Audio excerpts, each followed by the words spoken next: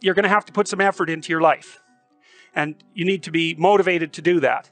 What are the potential sources of motivation? You know, if you're extroverted, you want friends. If you're agreeable, you want an intimate relationship. If you're disagreeable, you want to win competitions. If you're open, you want to engage in creative activity. If you're high in neuroticism, you want security. Those are all sources of potential motivation that you could draw on, that you could tailor to your own personality. But then there are dimensions that you want to consider your life across. And so if you could have your life the way you wanted it in 3 to 5 years, if you were taking care of yourself properly, what would you want from your friendships? What would you want from your intimate relationship? How would you like to structure your family? What do you want for your career? Well, how are you going to use your time outside of your job? And how are you going to regulate your mental and physical health, and maybe also your drug and alcohol use? Because that's a good place to auger down, because alcohol wipes out 5 to 10% of people. So you want to keep that under control. So maybe you develop a vision of what you would like your life to be. Once the goal is established, then you break down the goal into micro processes that you can implement. The micro processes become rewarding in relation to their causal association with the goal. And that tangles in your incentive reward system. And that's the thing that keeps you moving forward. It produces positive emotion when it can see you moving towards a valued goal. What's the implication of that? Better have a valued goal, because otherwise you can't get any positive motivation working out. And so the more valuable the goal, in principle, the more the micro processes associated with that goal start to take on a positive charge. And so what that means is, well, you get up in the morning and you're excited about the day, you're ready to go. And so as far as I can tell, what you do is you specify your long-term ideal. Maybe you also specify a place you want to stay the hell away from, so that you're terrified to fail as well as excited about succeeding, because that's also useful. You want to specify goals that make you say, oh, if that could happen as a consequence of my efforts, it would clearly be worthwhile. Because the question always is, why do something? Because doing nothing is easy. You just sit there and you don't do anything. That's real easy. The question is, why would you ever do anything? And the answer to that has to be because you've determined by some means that it's worthwhile. And then the next question might be, well, where should you look for worthwhile things? And one would be, well, you could consult your own temperament. And the other would be, well, you kind of look at what it is that's valuable across the lifespan. You need a family, you need friends. Like, you don't need to have all these things, but you better have most of them. Family, friends, career, educational goals, plans for, you know, time outside of work, attention to your mental and physical health, etc. That's what life is about. And if you don't have any of those things, well, then all you've got left is misery and suffering. So that's a bad deal. But once you set up that goal structure, and that's really who it is that you're trying to be, and you aim at that, and then you use everything you learn as a means of building that person that you want to be. And I really mean want to be. I don't mean should be, even those things are going to overlap. And specify your damn goals, because how are you going to hit something if you don't know what it is? That isn't going to happen. And often people won't specify their goals too, because they don't like to specify conditions for failure. So if you keep yourself all vague and foggy, which is real easy, because that's just a matter of not doing as well, then you don't know when you fail. And people might say, well, I really don't want to know when I fail, because that's painful. So I'll keep myself blind about when I fail. That's fine, except you'll fail all the time then. You just won't know it until you've failed so badly that you're done. And that can easily happen by the time you're 40. I would recommend that you don't let that happen. So that's willful blindness, right? You could have known, but you chose not to. Okay, so once you get your goal structure set up, you think, okay, if I could have this life, looks like that might be worth living, despite the fact that it's going to be anxiety-provoking and threatening, and there's going to be some suffering and loss involved in all of that. Obviously, the goal is to have a vision for your life such that all things considered, that justifies your effort. Then you turn down to the micro routines. It's like, okay, well, this is what I'm aiming for. How does that instantiate itself day to day, week to week, month to month? And that's where something like a schedule can be unbelievably useful. Google Calendar. It's like, make a damn schedule and stick to it. Okay, so what's the rule with the schedule? It's not a bloody prison. Well, what kind of schedule are you setting up? I have to do this, then I have to do this, then I have to do this. You know, and then I just go play video games, because who wants to do all these things that I have to do? It's like, wrong.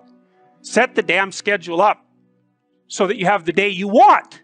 That's the trick. It's like, okay, I've got tomorrow. If I was going to set it up so it was the best possible day I could have, practically speaking, what would it look like? Well, then you schedule that. And obviously there's a bit of responsibility that's going to go along with that, because if you have any sense, one of the things that you're going to insist upon is that at the end of the day, you're not in worse shape than you were at the beginning of the day. If you have a bunch of those in a row, sorry, that's just not a good strategy. It's a bad strategy. So maybe 20% of your day has to be responsibility and obligation, or maybe it's more than that, depending on how far behind you are. But even that, you can ask yourself, okay, well, I've got these responsibilities. I have to schedule the damn things in. What's the right ratio of responsibility to reward? And you can ask yourself that, just like you'd negotiate with someone who is working for you. It's like, okay, you got to work tomorrow. And you might say, okay, well, what are you going to do for me that makes it likely that I'll work for you? Well, you could ask yourself that. So maybe you do an hour of responsibility and then you play a video game for 15 minutes. I don't know, whatever turns your crank, man. But, you know, you have to negotiate with yourself and not tyrannize yourself. Like you're negotiating with someone that you care for, that you would like to be productive and have a good life. And that's how you make the schedule. And then you look at the day and you think, well, if I had that day, that'd be good. You'll probably only hit it with about 70% accuracy, but that beats the hell out of 0. Right? And if you hit it even with 50% accuracy, another rule is, well, aim for 51% the next week, or 50.5%, because you're going to hit that position where things start to loop back positively and spiral you upward. So that's one way that you can work on your conscientiousness, is plan a life you'd like to have. Having a little conversation with yourself. You have to understand that you're not your own servant, so to speak. You're someone that you have to negotiate with, and you're someone that you want to present the opportunity of having a good life to. And that's hard for people because they don't like themselves very much. So, you know, they're always like cracking the whip and then procrastinating. And you know what that's like because you probably waste like 6 hours a day. Your time's probably worth $50 an hour. I mean, you're not getting paid that now, but you're young.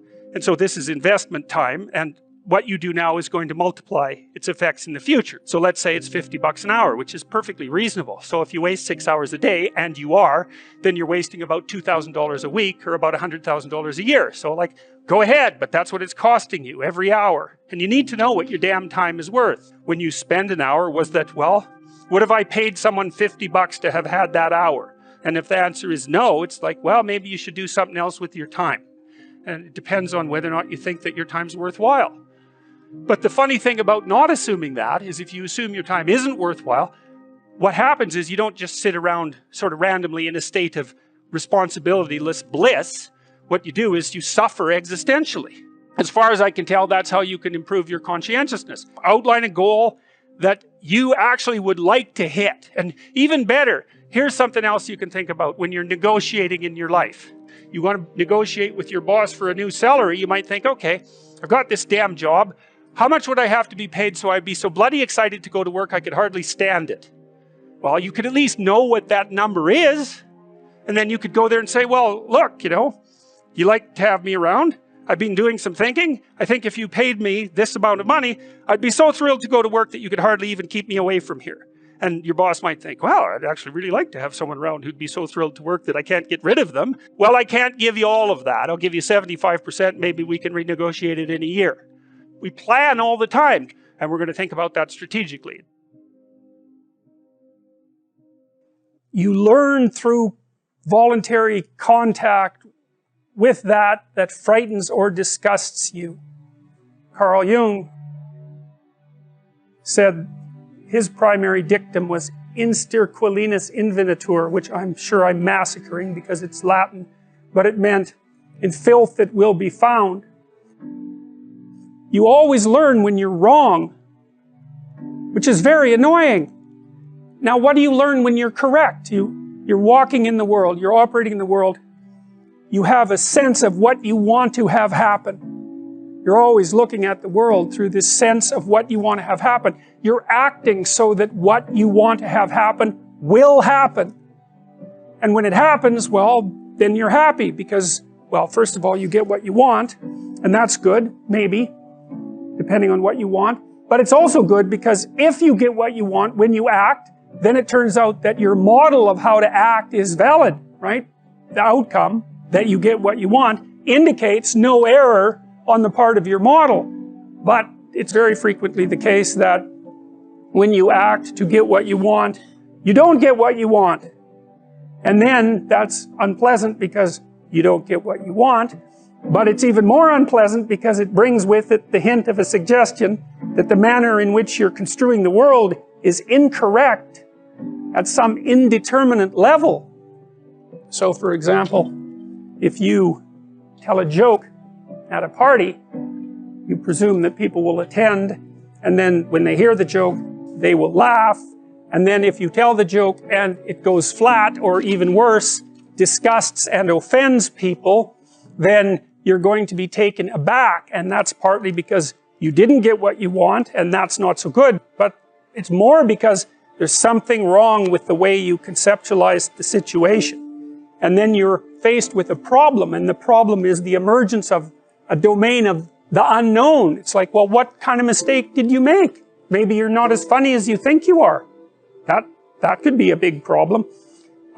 Maybe you're not around people who are the way you think they are. Maybe they don't like you as much as you thought they liked you. I mean, the potential for various paranoid thoughts of increasing severity to come welling up at you in a situation where you make even a trivial social mistake is quite broad. And when you make an error of that sort, you have to face it and sort through all the possibilities so that you can find out what it was that you did wrong and how to retool it so that in the future you don't make the same mistake.